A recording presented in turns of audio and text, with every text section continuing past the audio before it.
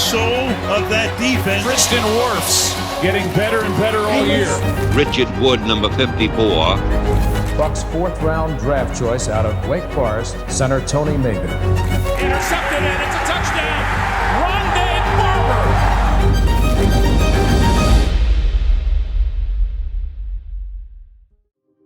2012, 2020, 1990, 1976, 1997. Where's the passion for this game come from?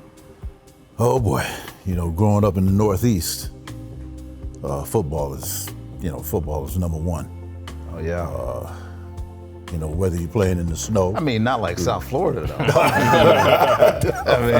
gonna get that. Oh boy. Let that marinate. Yes. But playing up north in the snow, the rain, I don't care, the mixture of everything, we would play year round. And just something about that game. Right. About the game of football is just, it started in New Jersey, so, Rutgers and Princeton. And it was just it was a big. You know what? You were the only one around when that happened. That's right. We don't know That's right. And, we don't know that. Hey, we took it literally. And, football is just a big sport. Right. You couldn't get a more, should I say, a more of a team game than anything in the world. Right. And that's why it's loved throughout the world. Right. B-Mo, why football for you? Nothing ever just felt like unattainable. I think for me, like, I was a little just delusional. You know what I'm saying? Like, I think that's what makes me who I am. I don't ever think that, like, I can't do something, but, like, I'm also, like, I understand, like, okay, I'm not gonna play NBA basketball, you know what I'm saying? But from a young age, like, football was just always something that, like, I wanted to do. My dad played, so his helmet was hung up in his office. And for me, it was just like, I'll never forget, I was looking as a kid, like, I'll put it on, look at it as a kid. So, like, for me, it was just like, this is what I want to do, and I want to do it better than him. Right. So, like, that just always motivated me. And then, like, just some of the greats who I look up to, like, I'm like, what, like, I think, like, what makes me different from them? Like, I'm like, how, like, what makes them so good? Like, you, like, how do you play all those years, and, like, what makes you so good, and, like, how can I get there? So I think even though, like, it's always been, like, a little delusional, like, it's always been, like, a belief in myself.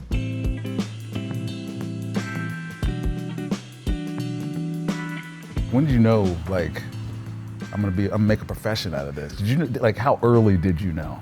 It was probably my sophomore year of college. Right. Like, it's what I wanted to do since I was 5. Like, in kindergarten, we had these posters we made. It's like, what do you want to be when you grow up? I said football player, baseball player. Like, that's what I wanted to do. But it still felt like, up until, it was after I hit the hang clean video, because then, like, agents started hitting my DMs and stuff. I said, is this legal? I said, I don't know if they can, stuff like that. Could you explain to the three of us what DMing? Yeah. I was getting phone calls from agents, like, all that stuff. But until that point, it still felt like it was like a dream. It still felt far away. And then after that, like, after doing that hang clean, it literally, like, stuff exploded, and I was like, I can actually do this. Right.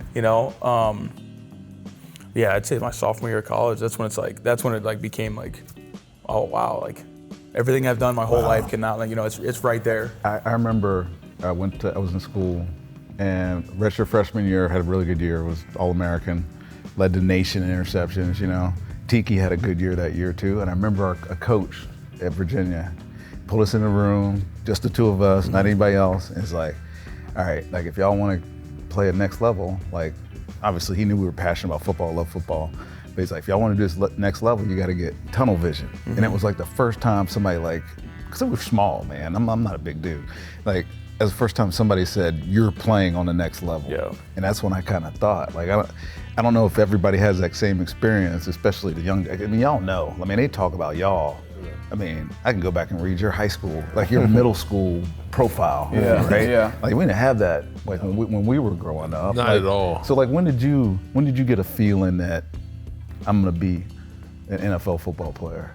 I would argue that not only was it not in high school, not only was it not in college, I was in disbelief that I was drafted. Right. And I go, wow, what are the Bucs thinking, And so I came down here and I go, what the heck, let's give it a shot. think maybe they made a mistake. Maybe I could fake it. I don't know. I'm telling you, I'm being honest with you. And Wow. and then I go, we got into training camp. Things were happening. I was getting some playing time, and then, as irony would have it, or fate would have it, my last preseason game, the center in front of me, who was a starting center, 9-year guy, Randy Grimes, he got hurt. And the ironic thing was 3 weeks prior, I didn't even think I was going to make the team. So I never, until I played that first game, we played the Lions, I can never forget, Vinny Testaverde was our quarterback. Had a great game, just bombing the ball. We won like 34-20, and Detroit had been to the playoffs the year before, so they were a pretty good team at the time. And I think after that game, I go, maybe I do belong here. And then I never looked back,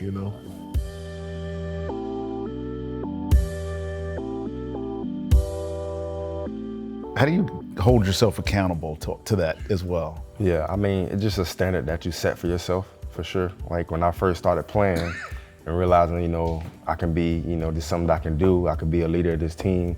And, a lot of the guys, older guys like you guys was counting on me and stuff like that. So then I had to tap in. Because like when I first came in, I was a rookie coming in and learn, okay, I'm gonna learn, just play the game. Play the game of football, play the game that I love. And then like, you get that green dot. And then you got a whole bunch of veterans, guys worth millions of dollars. I remember the conversation.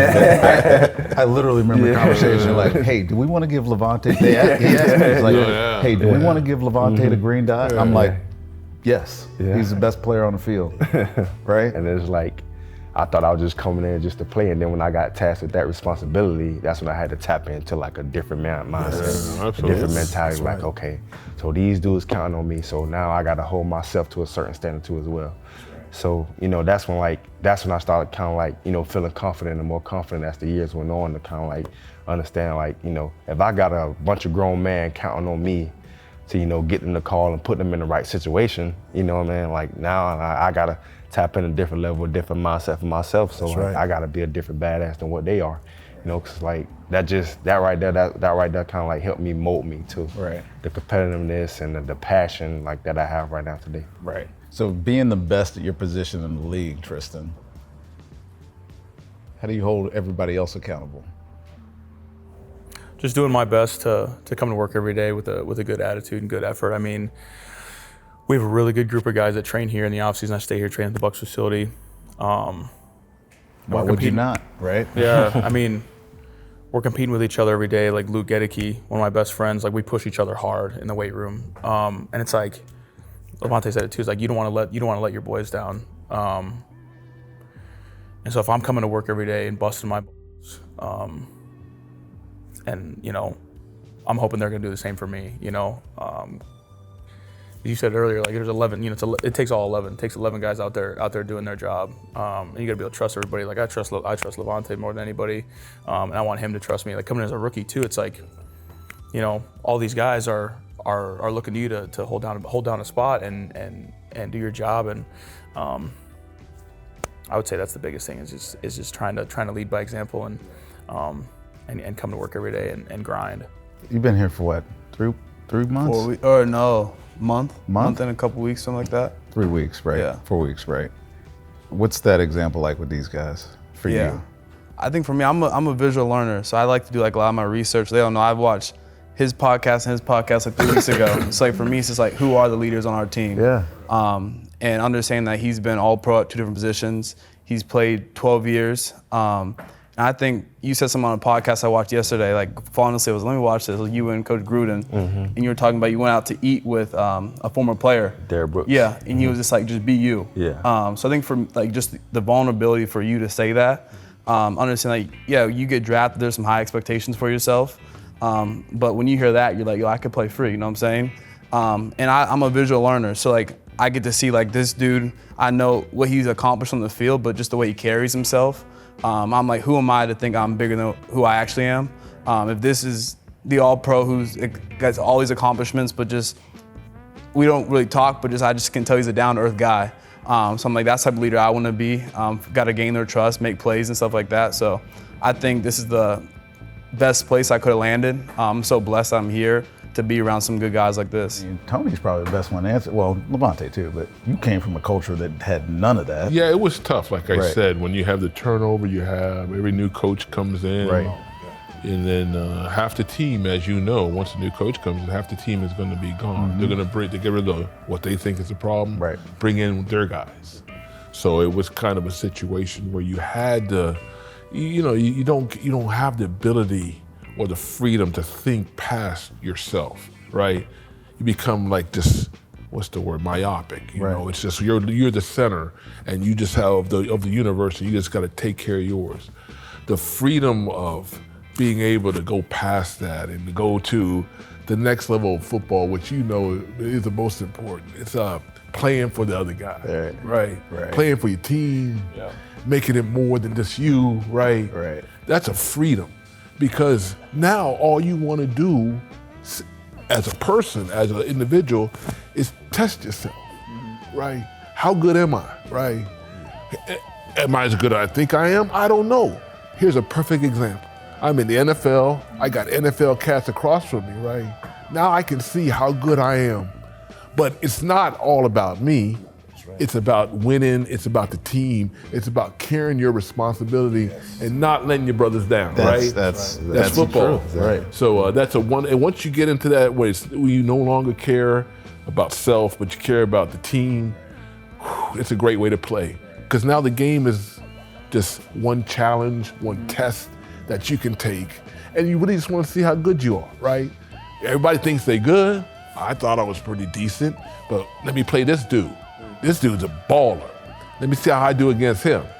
And then you play free, right? Because you don't worry about, because you trust your guys next to you. And it's the best. And I always said, you only have so many opportunities in your life to truly test yourself.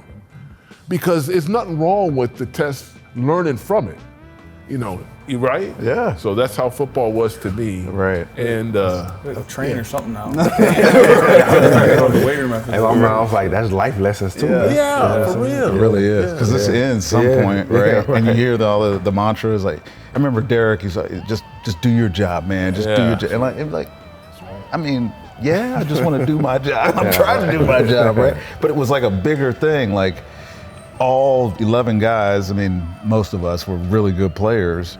And if like 8 of those guys just did their job, we won, man. That's right. Like it wasn't a doubt that we were going to win, because we were first of all, we were talented, right? We had ends up being 4 Hall of Famers on one defense, but we could have 3 or 4 more.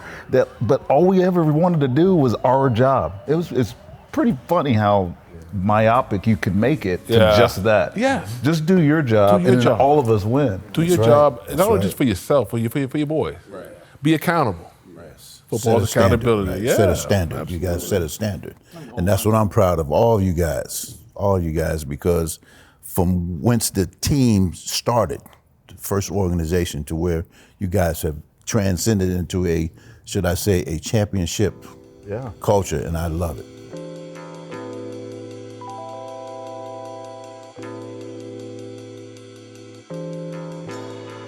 You know what's evident at this table? There's a lot of passion into this, like what we do.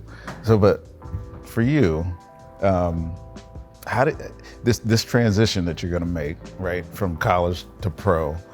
How does like what everybody else is doing around you? How do you think that's going to affect the way you approach the game? Like guys that you were drafted with, because you were drafted with another corner, right? You got 2 veteran corners in your room, There's a lot of DBs, not a lot of positions for a lot of people in the room. Like, how are you gonna let your passion kind of drive you? Yeah, I think, like you said, take care of what you got, like your responsibility in the day, like what your task to do your job. And it's just like a lot of people try to think about like, how can I get a pick? How can I make a play? But like half the job is knowing what you have to do and knowing what the person, I don't got to worry with linebackers, because I know he's gonna take care of what he's supposed to do. So to know what I have to do, and that takes a lot of weight off my shoulders, just because I'm not anxious about, okay, if he does this, no, I know I got outside leverage right here, play outside leverage, force my help, you know what I'm saying? So just take care of what I'm coached to do, and then the plays are gonna come.